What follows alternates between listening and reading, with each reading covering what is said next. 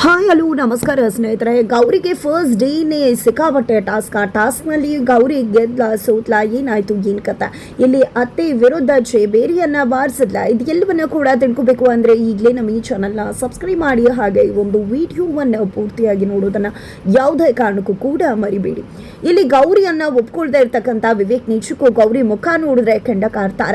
ಇಲ್ಲಿ ಅತ್ತೆ ಸರಿತಾ ಕೂಡ ಗೌರಿಯನ್ನು ಮನೆ ಬಿಟ್ಟು ಹೋಗಬೇಕು ಅಂತ ಹೇಳಿದ್ರು, ಆದರೆ ಗೌರಿ ಅದಕ್ಕೆ ಒಪ್ಕೊಳ್ಳುವಿಲ್ಲ. ಮನೆಗೆ ಹಿಂದಿರುಗಿ ವಾಪಸ್ ಬಂದು ಇದು ನನ್ನ ಮನೆ, ತಾಳಿ ಕಟ್ಟಿಸ್ಕೊಂಡಿದ್ದೀನಿ, ಇಲ್ಲೇ ಬದುಕಬೇಕು, ಇಲ್ಲೇ ಬಾಳ್ಬೇಕು ಅಂತ ಕೂಡ ಹೇಳ್ತಾರ.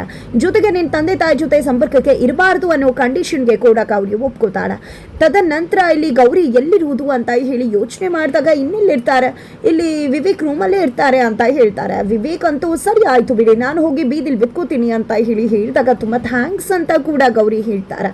ಆಗ ಕಾಂಚನ ಮಗಳು, ಯಾಕೆ ಭಾವ ನಿಮ್ಮನ್ನ ರೂಮಲ್ಲಿ ಮಲ್ಕೊಳ್ಳಿ ಅಂತ ಹೇಳಿ ಅವಕಾಶ ಕೊಟ್ಟಿದ್ದಕ್ಕ, ಅಂದಾಗ ನನ್ನನ್ನು ಬೀದಿಲಿ ಬೀಳಿಸ್ತೇ ಇದ್ದದ್ದಕ್ಕೆ ಅಂತ ಹೇಳಿ ಗೌರಿ ಚಕ್ಕರ್ ಕೊಡ್ತಾರ. ತದನಂತರ ಇವಳು ಮುಖಾನೇ ಕಂಡ್ರೆ ಆಗುದಿಲ್ಲ, ಅಂಥದ್ರಲ್ಲಿ ಇವಳ ಜೊತೆ ನಾನಿರೋದ ಅಂತ ಕೇಳ್ತಿದ್ದಾರೆ. ಇಲ್ಲಿ ವಿವೇಕ್ ಯಾವುದೇ ಕಾರಣಕ್ಕೂ ಅದು ಸಾಧ್ಯನೇ ಇಲ್ಲ ಅಂತ ಹೇಳ್ತಾರ. ಇತ್ತ ಕಡೆ ಕಾಂಚನ್ ಅವರು ಕೂಡ ಖಂಡಿತ ಗೌರಿನ ವಿವೇಕ್ ಒಪ್ಕೊಂಡೇ ಇಲ್ಲ, ಅಂದಮೇಲೆ ಅವನ ರೂಮಲ್ಲಿ ಗೌರಿ ಹೇಗಿರೋಕ್ಕಾಗತ್ತೆ ಅಂತ ಹೇಳಿದಾಗ, ನಾನು ಖಂಡಿತವಾಗ್ಲೂ ಅವ್ರ ರೂಮಲ್ಲಿ ಇರೋದಿಲ್ಲ, ಯಾಕಂದ್ರೆ ಅವ್ರು ನನ್ನನ್ನು ಹೆಂಡತಿ ಅಂತ ಒಪ್ಕೋಬೇಕು, ಅಲ್ಲಿವರೆಗೂ ನಾನು ಯಾವುದೇ ಕಾರಣಕ್ಕೂ ಕೂಡ ಅಲ್ಲಿರೋಕೆ ಇಷ್ಟಪಡುವುದಿಲ್ಲ ಅಂತ ಹೇಳ್ತಾರ.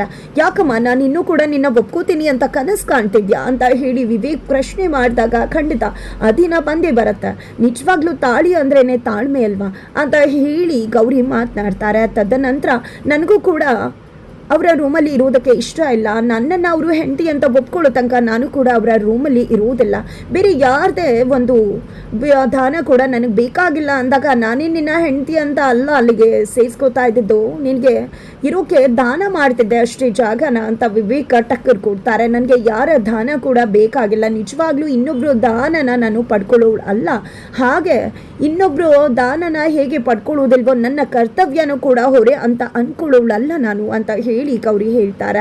ನಂತರ ಯಾವುದಾದ್ರೂ ಒಂದು ರೂಮ್ ತೋರಿಸಮ್ಮ ಕಾಂಚನ ಅಂತ ಹೇಳಿ ಅಮ್ಮ ಹೇಳೋದಕ್ಕೆ, ಯಾವ ರೂಮಮ್ಮ ತೋರಿಸ್ಲಿ, ಎಲ್ಲ ರೂಮ್ ಕೂಡ ಫಿಲ್ ಆಗಿದೆ, ಎಲ್ಲರೂ ಕೂಡ ಒಂದೊಂದು ರೂಮಲ್ಲಿ ಇದ್ದಾರೆ, ಎಲ್ಲಿ ಗೌರಿನ ಕರ್ಕೊಂಡು ಹೋಗಲಿ ಅಂದಾಗ, ಪರವಾಗಿಲ್ಲ ಇಲ್ಲಿ ಯಾವುದಾದ್ರು ಒಂದು ಜಾಗ ಸಿಕ್ಕಿದ್ರೆ ಸಾಕು, ನಾನು ಅಲ್ಲೇ ಉಳ್ಕೋತೀನಿ ಅಂತ ಗೌರಿ ಹೇಳಿದಾಗ, ಅಯ್ಯೋ ಏನು ಮಾಡೋದು ಅಂತ ಅಜ್ಜಿ ಯೋಚನೆ ಮಾಡ್ತಿದ್ದಾರೆ. ಅವಳೇ ಹೇಳ್ತಿದ್ದಾಳಲ್ಲ ಯಾವುದೋ ಮೂಲೆಯಲ್ಲಿ ಇತ್ಕೋತೀನಿ ಅಂತ, ಬಿಡಿ ಎಲ್ಲರೂ ಎತ್ಕೋತಾಳವಳು ಅಂತ ಹೇಳಿ ಸರಿತವರು ಕೋಪ ಮಾಡ್ಕೊಂಡು ಅಲ್ಲಿಂದ ಹೋಗ್ಬಿಡ್ತಾರೆ. ನೋಡಮ್ಮ ಗೌರಿ, ವಿಚಾರ ಮಾಡ್ಕೋಬೇಡ, ಇವೆಲ್ಲವೂ ಕೂಡ ನಿನ್ನ ಕಣ್ಮುಂದೆ ಬರ್ತಕ್ಕಂಥ ಪರೀಕ್ಷೆಗಳು ಅಂತ ಹೇಳ್ತಾರೆ. ಖಂಡಿತ ಅಮ್ಮ, ನಾನು ಯಾವುದೇ ಪರೀಕ್ಷೆಗೂ ಕೂಡ ಹೆದರುವುದಿಲ್ಲ, ಖಂಡಿತ ಪರೀಕ್ಷೆ ಬಂದಾಗ ಅದನ್ನು ಹೆದರಿಸಿ ನಿಲ್ಲಬೇಕಾಗತ್ತ ಅಂತ ಹೇಳಿದಾಗ, ಶೋಭಾ ಅವ್ರಿಗೆ ಹೋಗು ಶೋಭಾ, ಯಾವುದಾದ್ರೂ ಒಂದು ಜಾಗನ ತೋರಿಸು ಗೌರಿ ಉಳ್ಕೊಳ್ಳೋದಕ್ಕೆ ಅಂತ ಹೇಳಿ ಅಜ್ಜಿ ಮತ್ತು ಆಶಾ ತಿಳಿಸ್ತಾರೆ. ಆಗ ಶೋಭಕ್ಕ ಗೌರಿಯನ್ನು ಕರ್ಕೊಂಡು ಹೋಗ್ತಾರೆ. ಕರ್ಕೊಂಡು ಹೋಗ್ಬೇಕಿದ್ರೆ ಯಾವ ರೂಮು ಇದು ಅಂತ ಕೇಳಿದಾಗ, ಇದು ಸ್ಟೋರ್ ರೂಮ್ ಅಮ್ಮ, ಇಲ್ಲೆಲ್ಲ ಇರೋಕ್ಕಾಗೋದಿಲ್ಲ, ಅಲ್ಲಿ ಬರೀ ವೇಸ್ಟೇಜ್ಗಳೇ ಇದೆ ಅಂದಾಗ, ಪರವಾಗಿಲ್ಲ ನಾನು ಇಲ್ಲೇ ಉಳ್ಕೋತೀನಿ, ಒಂದು ಜಾಗ ಸಿಕ್ಕಿದ್ರೆ ಆಯ್ತಲ್ವಾ ಅಂದಾಗ, ಅವ್ರಿಗೆ ಏನು ಹೇಳ್ತಾರೋ ಏನು ಅಂದಾಗ, ನಾನೇ ಹೇಳ್ತೀನಿ ಬನ್ನಿ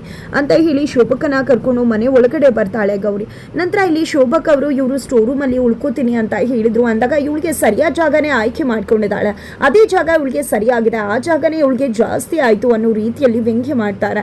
ಏನಮ್ಮ ಅಲ್ಲಿ ಉಳ್ಕೋತೀಯ ಅಂದಾಗ, ಪರವಾಗಿಲ್ಲ ಅಜ್ಜಿ, ಎಲ್ಲಿ ಉಳ್ಕೊಂಡ್ರೇನು ಇರೋಕೆ ಜಾಗ ಬೇಕಲ್ವಾ ಅಂತ ಹೇಳಿ ಗೌರಿ ಹೇಳಿದಾಗ, ಇದು ಯಾವುದನ್ನು ಕೂಡ ಸಮಸ್ಯೆ ಅದು ಇದು ಅಂತ ಅಂದ್ಕೊಂಡು ಹೆದರ್ಕೋಬೇಡಮ್ಮ, ಖಂಡಿತ ನಮಗೆ ಒಳ್ಳೇದಾಗಬೇಕು ಅಂದರೆ ಸಾಕಷ್ಟು ಪರೀಕ್ಷೆಗಳು ಬರ್ತವೆ, ಅವು ಎಲ್ಲವನ್ನ ಕೂಡ ನಾವು ಎದುರಿಸಿ ಹೋಗಬೇಕಾಗತ್ತೆ, ಖಂಡಿತ ಒಂದಿನ ಒಳ್ಳೇದಾಗೆ ಆಗತ್ತೆ ಅಂತ ಅಜ್ಜಿ ಹೇಳಿದಾಗ, ಹೌದು ಅಜ್ಜಿ, ಪರೀಕ್ಷೆಗಳು ಸಮಸ್ಯೆಗಳಾಗಿ ಬರ್ತವೆ, ಎಲ್ಲ ಸಮಸ್ಯೆಗಳನ್ನ ನಾನು ಧೈರ್ಯವಾಗಿ ಎದುರಿಸ್ತೀನಿ ಅಂತ ಕೂಡ ಗೌರಿ ಹೇಳ್ತಾರೆ. ನಂತರ ಇಲ್ಲಿ ಗೌರಿ ಮತ್ತು ಶೋಭಾ ಅದೇ ಒಂದು ಸ್ಟೋರ್ ರೂಮ್ಗೆ ಹೋಗ್ತಾರೆ.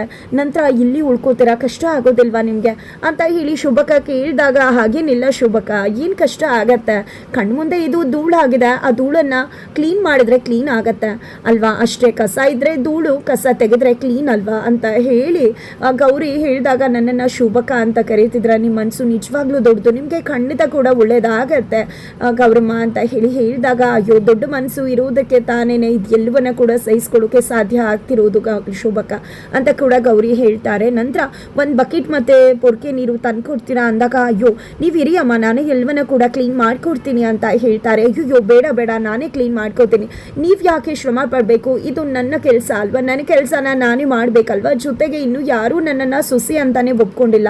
ನೀವು ಅವ್ರ ಮನೇಲಿ ಕೆಲಸಕ್ಕಿರುವುದು, ಅವ್ರ ಕೆಲಸ ಮಾಡಿದ್ರೆ ಸರಿಯಾಗಿರುತ್ತೆ. ಅದನ್ನು ಬಿಟ್ಟು ನನ್ನ ಕೆಲಸ ಮಾಡಿದ್ರೆ ಸುಮ್ಮನೆ ನಿಮಗೆ ವಿನಾಕಾರಣ ಪ್ರಾಬ್ಲಮ್ ಆಗುತ್ತೆ. ಬೇಡ, ನಾನೇ ನನ್ನ ಕೆಲಸವನ್ನು ಮಾಡ್ಕೋತೀನಿ, ನೀವು ಏನೂ ನನಗೆ ಸಹಾಯ ಮಾಡಬೇಡಿ, ಜಸ್ಟ್ ಬಕೆಟು ಮತ್ತು ಪುರ್ಕೆನ ತಂದು ಕೊಟ್ಬಿಡಿ ಅಂತ ಹೇಳ್ತಾರೆ.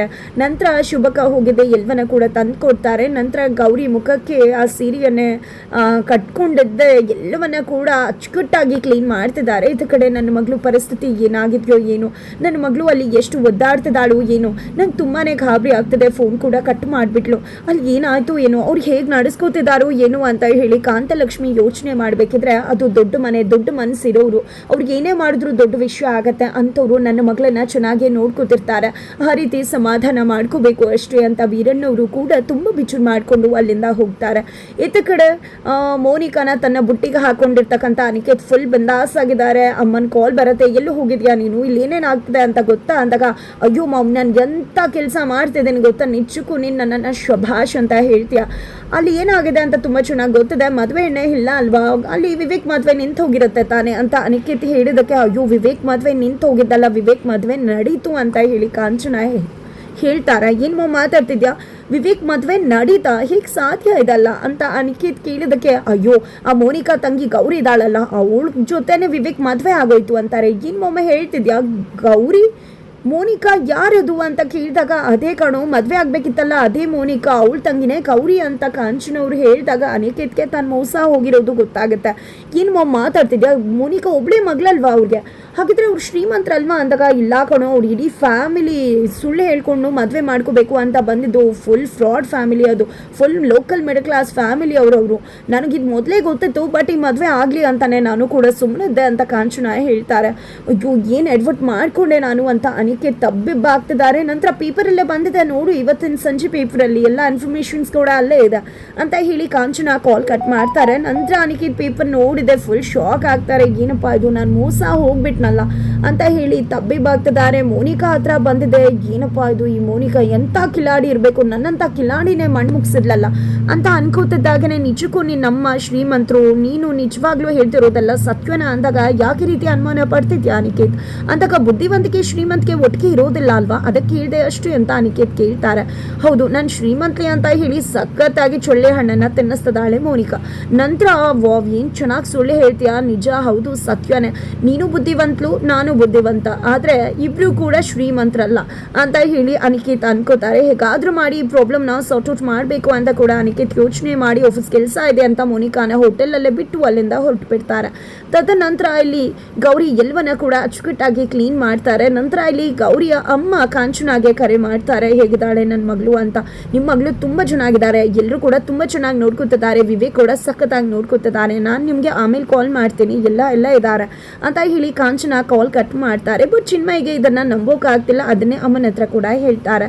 ನಂತರ ಇಲ್ಲಿ ಎಲ್ಲರೂ ಕೂಡ ಊಟಕ್ಕೆ ಕುಳಿತುಕೊಂಡಿದ್ದಾರೆ. ಅದಕ್ಕೂ ಮುನ್ನ ಇಲ್ಲಿ ವಿವೇಕ ಅಮ್ಮನ ಹತ್ರ ಅವರು ಏನೇ ಸುಳ್ಳು ಹೇಳಿದ್ರು ಕ್ಷಮಿಸ್ಬೋದಿತ್ತು, ಬಟ್ ಅವ್ರು ಮೋಸ ಮಾಡಿದಾರಮ್ಮ ಅಂದಾಗ, ಯಾವುದೇ ಕಾರಣಕ್ಕೂ ಅವ್ರನ್ನ ಕ್ಷಮಿಸ್ಬೇಡ ನೀನು ಅಂತ ಅಮ್ಮ ಹೇಳ್ಕೊಡ್ತಾರೆ. ನಂತರ ವಿವೇಕ್ ಕೂಡ ಊಟಕ್ಕೆ ಬಂದಾಗ ಶೋಭಕ ಅವಳಿಗೆ ಅಲ್ಲಿಗೆ ಊಟ ತೊಗೊಂಡು ಹೋಗಿ ಅಂತ ಹೇಳ್ತಾರೆ. ಅಷ್ಟರಲ್ಲಿ ಆಶು ಅವರು ಗೌರಿನ ಕರ್ಕೊಂಡು ಬರ್ತಾರೆ. ಗೌರಿ ಬಂದು ಡೈನಿಂಗ್ ಟೇಬಲ್ ಮೇಲೆ ಕುಳಿತುಕೊತಿದ್ದಾಗೇನೆ ಇಲ್ಲಿ ಇವಳ ಮುಖ ನೋಡೋಕ್ಕಾಗೋದಿಲ್ಲ ನನಗೆ ಅಂತ ಹೇಳಿ ಅಲ್ಲಿಂದ ಎದ್ದು ಹೋಗ್ಬಿಡ್ತಾರೆ ವಿವೇಕ್. ಹಾಗಿದ್ರೆ ಏನಾಗುತ್ತೆ ಮುಂದೆ ಅನ್ನೋದನ್ನು ತಿಳ್ಕೊಬೇಕು ಅಂದರೆ ಮುಂದಿನ ವೀಡಿಯೋಗೆ ವೇಟ್ ಮಾಡೋದನ್ನು ಮರಿ